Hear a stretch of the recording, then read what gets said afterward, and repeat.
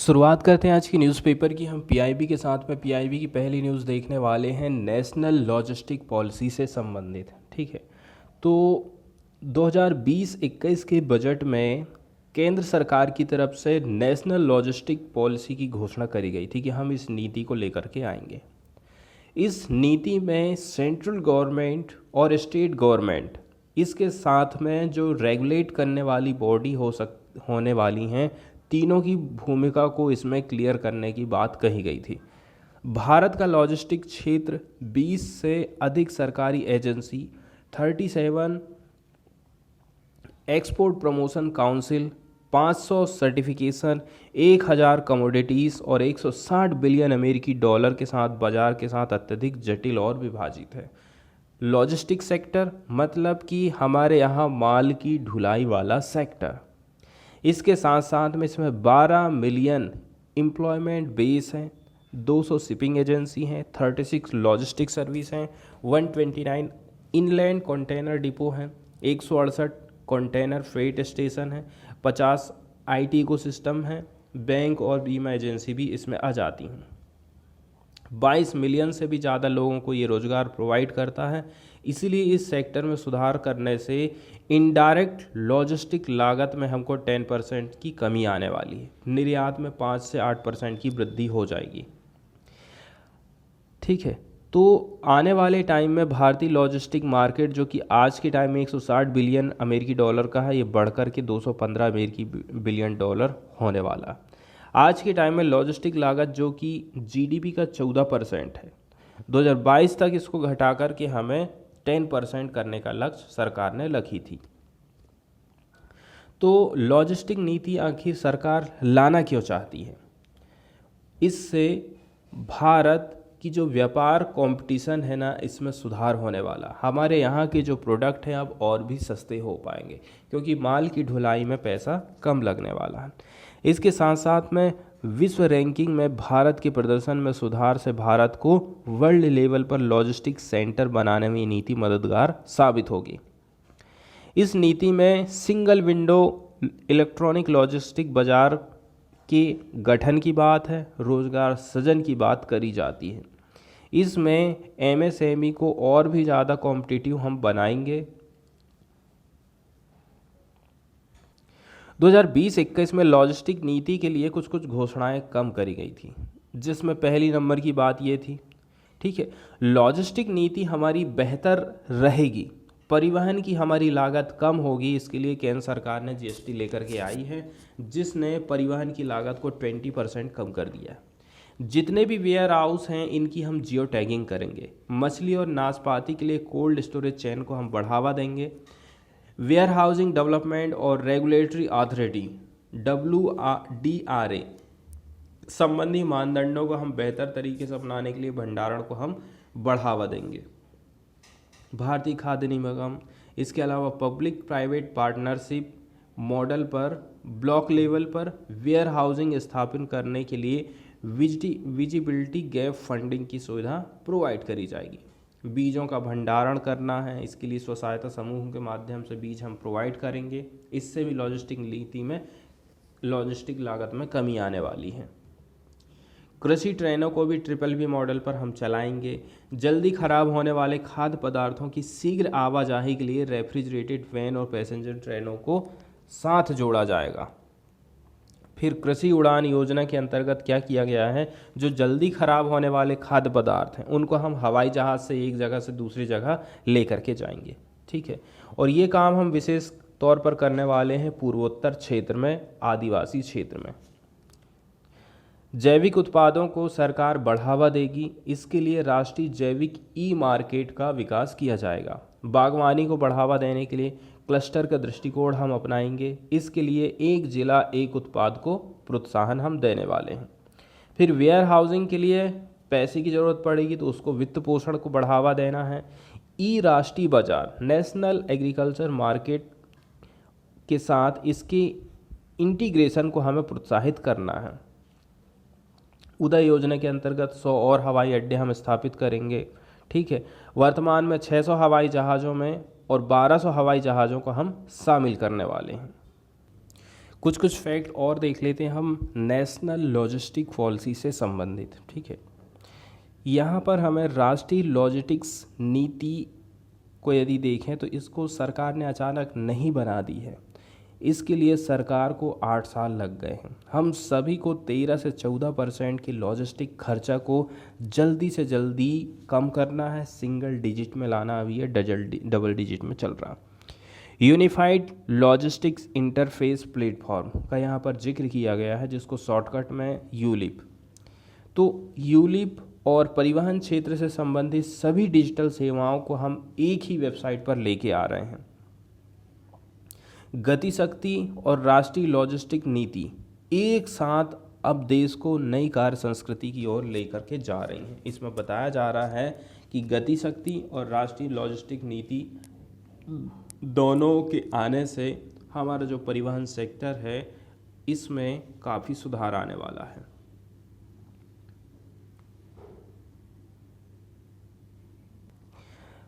तो लॉजिस्टिक क्षेत्र को मजबूत करने के लिए टेक्निक अपनाने की ज़रूरत है। नरेंद्र मोदी का कहना है गवर्नमेंट ने ई संचित के माध्यम से पेपरलेस एग्जिम व्यापार प्रक्रिया, कस्टम्स में फेसलेस टैक्स निर्धारण, ई वे बिल का प्रावधान, फास्टैग आदि लॉजिस्टिक क्षेत्र की क्षमता काफ़ी बढ़ा दी है। हमारा जो लॉजिस्टिक वाला एरिया है इसमें फास्टैग का यूज़ होने लगा है, ई वे बिल का प्रावधान हमने कर दिए हैं, कस्टम्स में फेसलेस टैक्स का निर्धारण हो जा रहा है, पेपरलेस एग्जिम व्यापार प्रक्रिया है। ये सारी बातें ऐसी हैं, इसमें हम क्या काम कर रहे हैं, लॉजिस्टिक में ये सारी टेक्निकल चीज़ों का इस्तेमाल कर रहे हैं।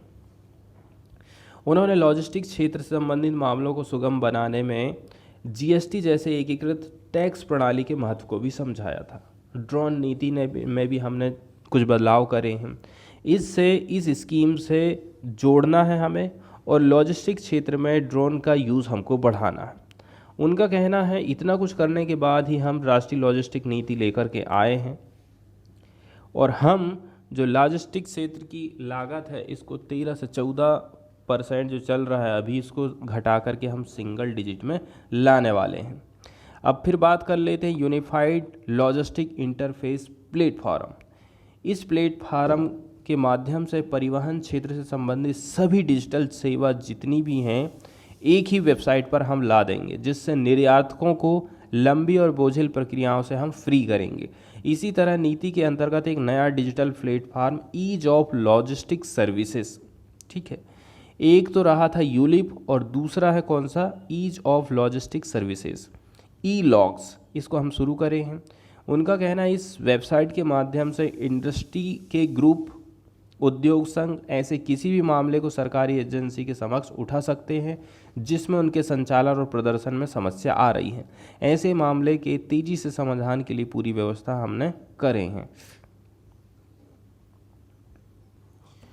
इसके बाद वाली न्यूज़ हम देखने वाले हैं पीआईबी की, वो आई है कुनो नेशनल पार्क से संबंधित। तो प्रधानमंत्री नरेंद्र मोदी ने, ठीक है, अफ्रीका और नामीबिया से लाए गए चीतों को इस नेशनल पार्क में छोड़ दिया है।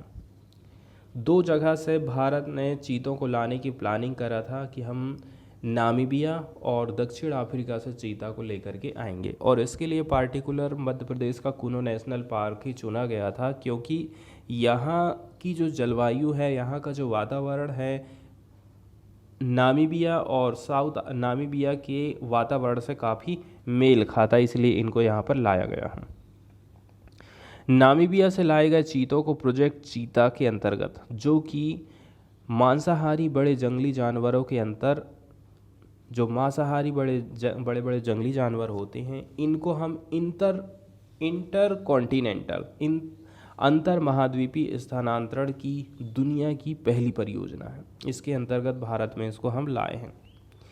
भारत चीता को भारत की धरती पर वापस लाने से खुले जंगल और चारागाहों के इकोसिस्टम की पुनर्बहाली में मदद मिलने वाली है और स्थायी समुदाय की रोजी रोटी में बढ़ावा मिलेगा, उनके रोजगार के अवसर में वृद्धि होने वाली है।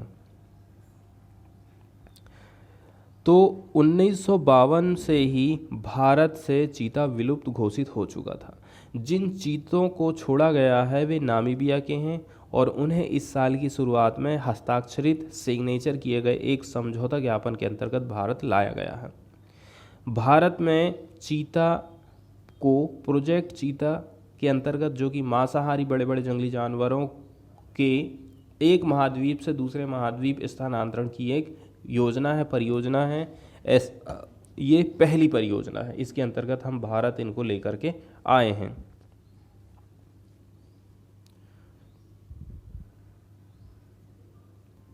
कुछ और फैक्ट हैं जिनको हम देख लेते हैं, जैसे कि साल 2014 में संरक्षित क्षेत्रों का जो कवरेज देश के कुल भौगोलिक क्षेत्र का 4.9% था, आज के टाइम में बढ़कर के ये 5.3% हो गया। पहले मात्र 4% जंगलों को ही भारत सरकार ने संरक्षित घोषित किया था, आज के टाइम में एरिया बढ़कर के 5% हो गया। पहले 4.9 था, जरा सी बस वृद्धि हुई है 0.1% की। 2014 में टोटल 1,61,081 वर्ग किलोमीटर एरिया के साथ 740 संरक्षित क्षेत्र थे। 1,61,000 से ये एरिया बढ़ गया कितना, 1,71,000 हो गया और 981 संरक्षित क्षेत्र हमने बनाए हैं। पिछले 4 साल में वन और वृक्षों के कवरेज में 16,000 वर्ग किलोमीटर की वृद्धि हुई है। भारत दुनिया के उन चंद देशों में आता है जहां वन क्षेत्र लगातार बढ़ते जा रहा है। वहीं कम्युनिटी रिजर्व की जो संख्या है इसमें भी वृद्धि हो रही है। 2014 में 43 कम्युनिटी रिजर्व थे, 2019 में बढ़कर के 100 हो गए हैं। वहीं आप बात कर लो टाइगर रिजर्व की, तो भारत में 52 हैं, जो कि 18 राज्यों के 75,000 वर्ग किलोमीटर में फैले हैं। यहाँ दुनिया के लगभग 75% जंगली बाघ हैं। भारत ने लक्षित वर्ष 2022 से 4 साल पहले, मतलब 2018 में ही बाघों की संख्या को दुगना कर दिया था। भारत में बाघों की संख्या 2014 में 2226 थी, 18 में ये कितनी हो गई है, 2967 हो गई है। तो बाघों के संरक्षण के लिए सरकार पैसा भी खर्च करती, जैसे 2014 में 185 करोड़ रुपया खर्च किया, 2022 में ये जो आवंटन है बढ़कर के 300 करोड़ रुपया हो गया है। एशियाई शेरों की संख्या में 28.87% की वृद्धि दर रही है, अब तक की सबसे अधिक वृद्धि दरों में से एक है। एशियाई शेरों की संख्या 523 से बढ़कर के 674 हो गई है।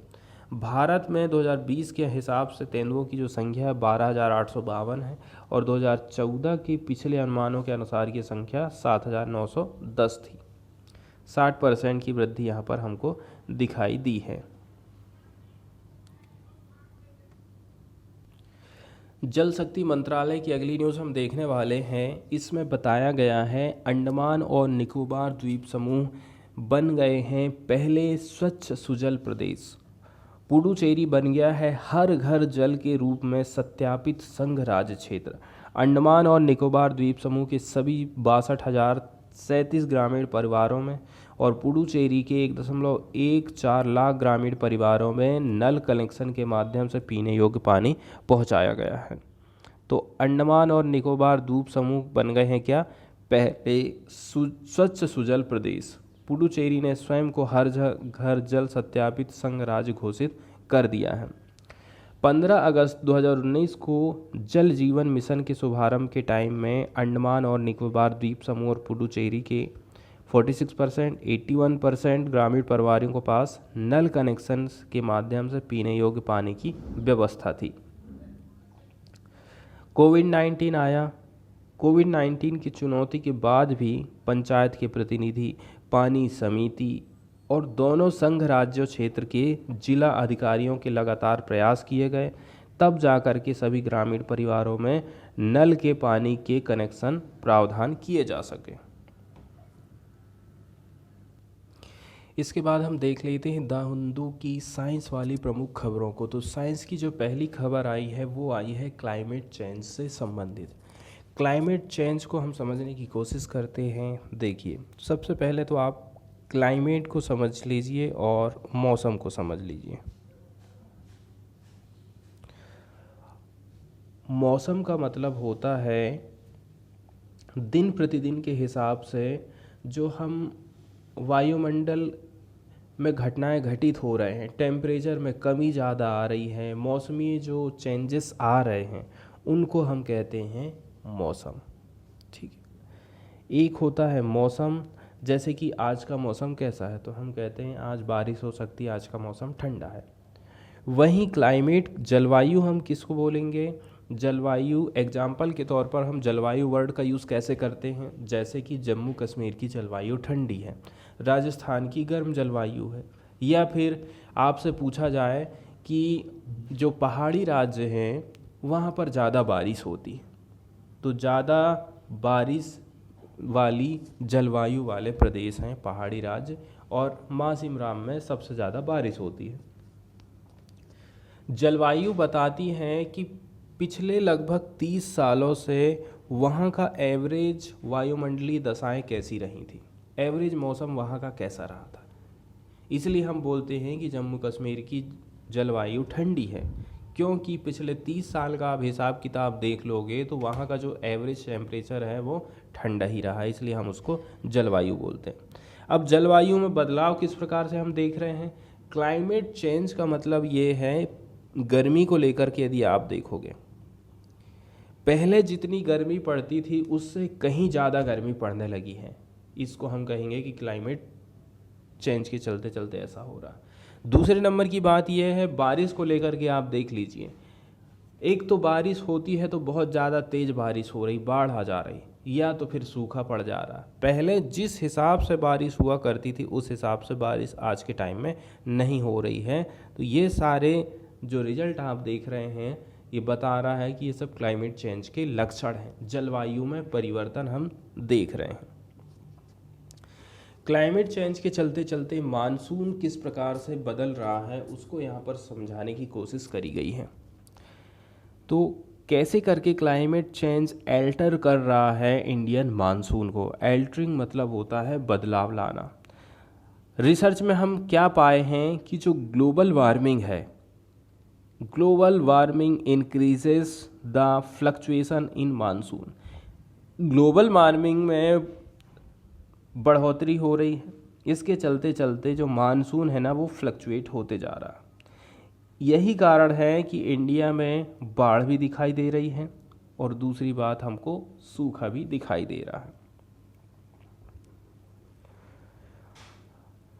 इंडिया में जो मानसून है ना कई सारे चेंजेस लेकर के आया है पिछले सालों में, आप देखोगे। स्पेशली हम बात कर रहे हैं क्लाइमेट चेंज के ऊपर। हम कुछ शिफ्ट देख रहे हैं, हम कुछ बदलाव देख रहे हैं मानसून के सिस्टम में, जैसे कि low pressure and depression travel कर रहा है साउथ ऑफ देयर पोजीशन। अपनी पोजीशन को, अपनी डायरेक्शन को मानसून चेंज करने लगा, and flash flood are result of this change. और इसी के चलते चलते जब मानसून ने अपनी डायरेक्शन को ही चेंज कर लिया है तो वो जिधर जाएगा उधर बारिश लेकर के आएगा, और फिर फ्लैश फ्लड।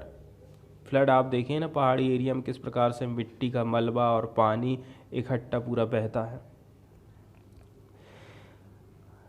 ये जो चेंज आप देख रहे हैं, ठीक है, spell intense and frequent extreme unprecedented weather event over the places which once struggle to record even normal monsoon rain. हमें यहाँ दिखाई दे रहा है इंटेंस और frequent extreme unprecedented weather event, मौसम के कुछ फ्रीक्वेंटली इंटेंस उदाहरण हम यहाँ दिखाई दे रहे हैं। तीसरे नंबर की बात यह है, विथ दिस लूमिंग। लूमिंग का मतलब होता है धुंधली और डरावनी शक्ल में दिखाई पड़ना। With this looming threat having a bearing on food security. इसका असर हमारी फूड सिक्योरिटी पर पड़ सकता है। क्यों? क्योंकि यदि पानी ही नहीं गिरेगा, पानी बहुत ज़्यादा गिर जाए, सूखा पड़ जाए, ये तीनों कंडीशन में किसानों को नुकसान होने वाला है। किसानों को नुकसान होने का मतलब ये है फसलों का उत्पादन नहीं होगा, और फसलों का उत्पादन नहीं होगा तो हमारे लिए खाने के लिए भी खाना नहीं मिलेगा। सबसे ज़्यादा प्रभावित होंगे इससे गरीब लोग, क्योंकि अमीर लोग तो पैसे से खरीद लेंगे, महंगा भी बिकेगा तो खरीद लेंगे, महंगा बिकना ही है। क्योंकि जब भी उत्पादन में कमी आती है, सप्लाई चेन प्रभावित होती है, तो अनाजों के दाम बढ़ जाते हैं। उस टाइम में गरीबों को बड़ी मुश्किल हो जाती है। It has been very complex to understand the rainfall variability and how monsoon pattern have been behaving of late, especially this year. तो हमें समझने की कोशिश करना है रेनफॉल किस प्रकार से अपने आप को वेरिएबल कर रहा है, कैसे करके मानसून के जो पैटर्न हैं उनमें हमें बिहेवियरल चेंजेस देखने को मिल रहे हैं। इसको समझना सबसे बड़ी कठिनाई है और सबसे बड़ा काम है आज के टाइम में। तो समस्या क्या है? समस्या ये है चैलेंजिंग वाली कि हमें अंडरस्टैंड करना है इस सिचुएशन को, which calls for a lot more research, जहाँ पर हमें ज़्यादा से ज़्यादा रिसर्च करने की ज़रूरत है।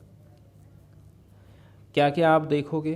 Persistence of intense La Nina condition, La Nina, El Nino, La Nina, ये कुछ वेदर कंडीशन होती हैं जिसके चलते चलते मौसम में चेंजेस होता है। तो ला नीना हम किसको बोलेंगे? वैज्ञानिक भाषा में प्रशांत महासागर में भूमध्य रेखा के ऊपर वाला एरिया, 140 से 120 डिग्री के बीच के हिस्से को, ठीक है, मान के चल लीजिए ये हमारी पृथ्वी है, तो 120 वाली डिग्री की रेखा देख लीजिए और दूसरी 140 डिग्री के वाले, इस पार्टिकुलर एरिया की हम बात कर रहे हैं, ठीक है। नीनो 3.4 रीजन हम इसको बोल रहे हैं। जब इस सेक्टर में समुद्र की सतह का टेम्परेचर सामान्य से कम हो जाता है तो हम इस स्थिति को बोलते हैं ला नीनो। जब समुद्र में टेम्परेचर कम होगा, ठीक है, तो हमारे यहाँ धरती का टेम्परेचर ज़्यादा रहेगा, ठीक है। जब समुद्र का टेम्परेचर कम होता है और हमारी पृथ्वी का टेम्परेचर हाई हो जाता है तो इस समय में फिर पूरी दुनिया भर में मौसम पर प्रभाव पड़ने वाला, ठीक है, क्योंकि बारिश होने का तो यही रीज़न है ना, पृथ्वी गर्म हो रही है और समुद्र ठंडे हो गए हैं। तो जो गर्म वाली एरिया है यहाँ पर हवा ऊपर उठ रही है, इस हवा को भरने के लिए समुद्र की तरफ से ये हवाएं जा रही हैं और इसी के चलते चलते फिर बारिश होती है। तो ला नीनो को हम समझ चुके हैं, ला नीनो को हमें समझने की ज़रूरत है। इसके साथ साथ में जो ईस्ट इंडियन ओशियन है वो गर्म क्यों हो रहा है उसको समझिए। साथ ही साथ में निगेटिव इंडियन ओशियन डाइपोल को हमें समझना है। Southward movement of most of the monsoon depression, monsoon का जो साउथ की तरफ में मुड़ जाना है इसको भी हमें समझने की कोशिश करना, उसको नोटिस करना है। And lows and pre monsoon heating over the Himalayan region are melting glacier, और जो लो और मानसून के पहले की ही जो गर्मी है हिमालयन रीजन के ऊपर, इसी के चलते चलते ग्लेशियर हमें पिघलते हुए दिखाई दे रहे हैं। बारिश से तो लोग परेशान ही हैं बाढ़ आने से, इसके साथ साथ में लोग गर्मी से भी आज के टाइम में परेशान हो गए हैं। इंडियन मीटरोलॉजिकल डिपार्टमेंट ने क्लियरली कह दिया है कि जो 2022 रहा था वो सेकंड हाईएस्ट एक्सट्रीम इवेंट माना जा रहा है 1902 से ही। 1902 से ही हमें ऐसी कोई घटना नहीं घटित, इसके बाद एक घटना घटित हुई और उसके बाद सेकंड नंबर का 2022 रहा है, ठीक है। कुछ कुछ इंसिडेंट हो रहे हैं जैसे कि फ्लड्स के, ड्रॉट्स के, ये जो सिचुएशन है बढ़ते ही जा रही। There is more evidence coming our way on how global warming has been impacting the Indian monsoon. इनसे पता चल जाता है कि इंडियन मानसून सिस्टम को क्लाइमेट चेंज प्रभावित कर रहा है। तो यहाँ पर किसी भी प्रकार का संदेह नहीं होना चाहिए इस फैक्ट को लेकर के कि जो most of the monsoon weather system है ये ट्रैवल कर रहा है across central part of the country, हमारे देश के बीचों बीच से ये गुजर कर होकर के जा रहा है। Changing the area of rainfall, इसी के चलते चलते रेनफॉल का जो एरिया है उसमें भी हमें बदलाव दिखाई दे रहा है। बारिश का भी कम और ज़्यादा असर हो रहा है, कहीं कहीं बाढ़ आ रही है और कहीं कहीं सूखा जैसी कंडीशन हो गई है। जैसे कि आप रिजल्ट देख लीजिए, कुछ रिजल्ट हम देखे हैं, मध्य प्रदेश, गुजरात, राजस्थान, महाराष्ट्र के कुछ पार्ट हो गए, यहाँ पर हमें बहुत ज़्यादा एक्सेस रेनफॉल दिखाई दी है। तो बारिश कैसे हो रही है यहाँ पर? नॉर्मली जो मॉनसून का सिस्टम है किधर गति करता है? नॉर्थ वेस्ट इंडिया की तरफ, ठीक है, उत्तरी और पश्चिम इंडिया की तरफ हमें रेन अवेलेबल कराता है इस रीजन में। एक्सपर्ट ये बिलीव कर रहे हैं ये जो चेंजेस हम देख रहे हैं to stay which would continue to propel extreme weather event over the entire South Asian region. लेकिन इस मानसून की ही जब डायरेक्शन बदल जाएगी तो पानी जहाँ गिरना चाहिए था वहाँ नहीं गिरेगा, और जहाँ गिरेगा तो एकदम तेज गिरने वाला। यही हाल हम देख रहे हैं पूरे साउथ एशिया में। पिछले 6 महीने में देखेंगे तो पूरे साउथ एशिया में हम रिपोर्ट किए हैं series of extreme weather event को। कुछ देश हैं जैसे कि बांग्लादेश, पाकिस्तान और इंडिया, यहाँ पर काफ़ी ख़तरनाक फ्लड देखे गए हैं। चाइना ड्रॉट वाली कंडीशन में चला गया है। तो जो मेन इशू क्या है? मेन इशू ये है आज के टाइम में हर देश किसी न किसी प्रॉब्लम को फेस कर रहा है। वहाँ की सरकार उससे निपटने में लगी हुई है, पैसा उसका वहाँ खर्च कर रही है। लेकिन अब समय ये आ गया है कि आपको क्लाइमेट चेंज से निपटने के लिए भी पैसा खर्च करने की ज़रूरत है, तब जाकर के ड्रॉट और एक्सेस रेनफॉल की सिचुएशन से आप निजात पा सकते हैं। कहीं कहीं तो ऐसा भी हुआ था कि शुरू में तो बढ़िया रहा था मानसून, इसके बाद शांत हो गया है। हम बात कर रहे हैं केरला की और उससे लगे हुए एरिया की।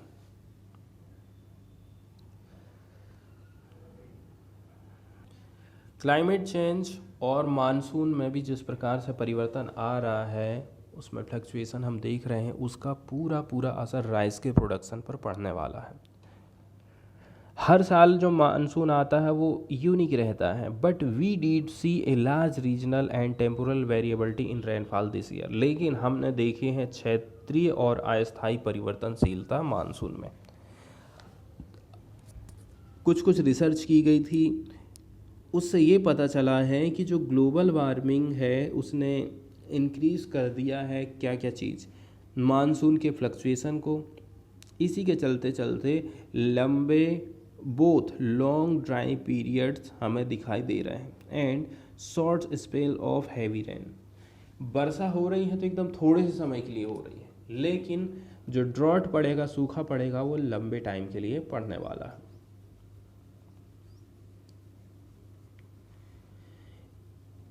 आगे देख लेते हैं मानसून का जो आगमन है, ठीक है, और शुरुआत मजबूत होगी या कमज़ोर होगी, हमें ये बात हमेशा चकमा देती रहेगी। इसलिए हमें अपना जो इंफ्रास्ट्रक्चर है जिससे हमें जानकारी प्राप्त होती है उसको मजबूत हमें करने की ज़रूरत है।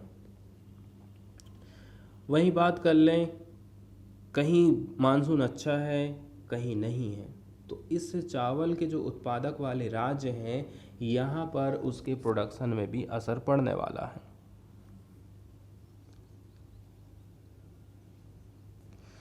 ठीक है, इसके साथ साथ में एक घटना हमें और भी दिखाई देगी, वो घटना है कीटों के हमलों को लेकर के। This uneven distribution rain along with increasing temperature and humidity, तापमान बढ़ेगा, ह्यूमिडिटी भी बढ़ेगा। इसी के चलते चलते जो कीट हैं, कीटों का हमला हमारी फसलों में बढ़ने वाला है। This will in turn impact the quality of grain, और इसके चलते चलते अनाज की जो क्वालिटी है वो प्रभावित हो जाएगी। इसके साथ साथ में जो न्यूट्रिशन हमें मिलना चाहिए फसलों से वो नहीं मिल पाएगा। वहीं एक स्टडी करी गई थी क्लाइमेट चेंज को लेकर के, climate change, the monsoon and the rice yield in India. Very high temperature मतलब 35 डिग्री सेंटीग्रेड से भी ज़्यादा हाई यदि टेम्परेचर रहा, तो इससे क्या होगा? इंड्यूस का मतलब हम देख लेते हैं मनाना या फिर राजी करना।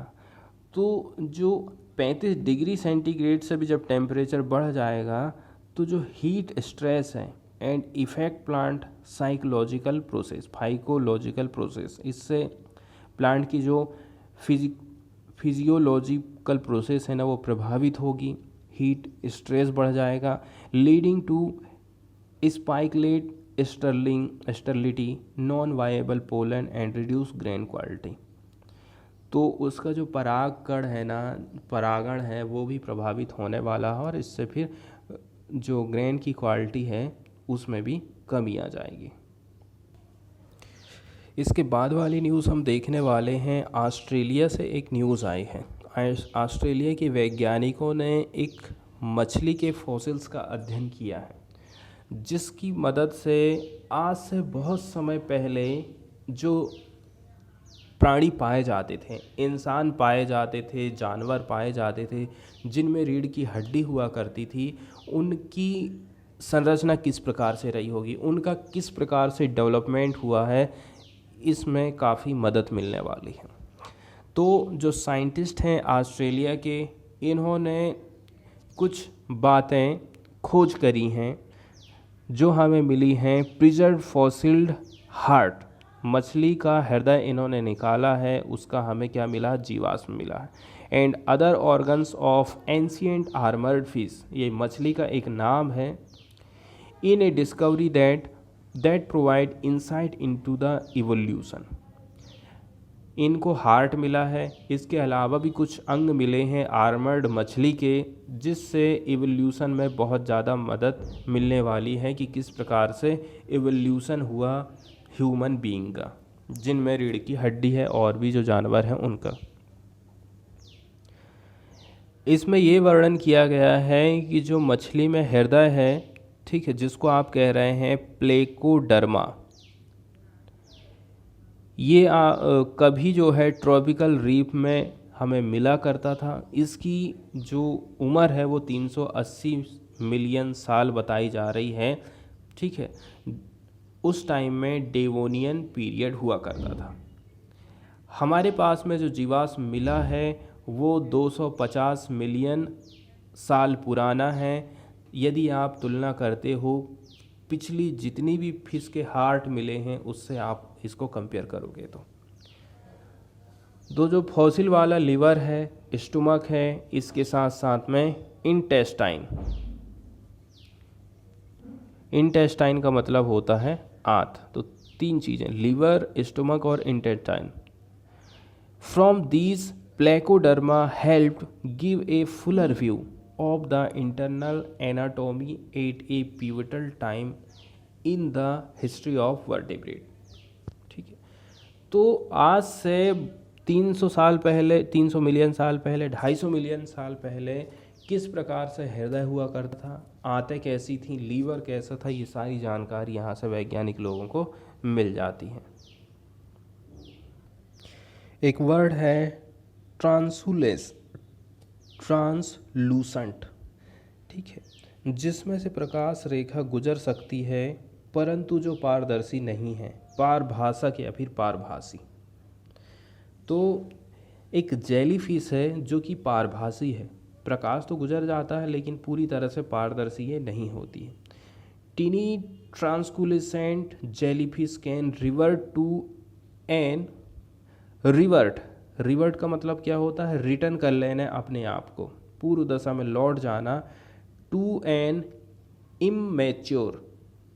इमैच्योर नॉट फुली डेवलप्ड, मतलब कि पूरी तरह से जो विकसित नहीं हुई है उस अवस्था में, उस पॉलिप वाली स्टेट में ये फिर से अपने आप को रिटर्न कर लेती है, रिवाइव कर लेती है अगेन एंड अगेन, और इसी के चलते चलते ये अमर हो गई है, इमोर्टल हो गई है। रिसर्चर ने आज के टाइम में सीक्वेंसिंग करी है जेलीफिश के जीनोम की। The genes associated with DNA storage are highly expressed in adult jellyfish but reduced in polyp. However, genes linked to pluripotency are increasingly expressed as jellyfish reverted. लेकिन देखिए, पुरानी वाली से नई वाली की आप तुलना करोगे ना, तो यहाँ पर जो DNA का स्टोरेज है, यहाँ पर थोड़ी बहुत हमें कमी दिखाई देती है, ऐसा यहाँ पर बताया जाता जब इसका अध्ययन किया गया था। तो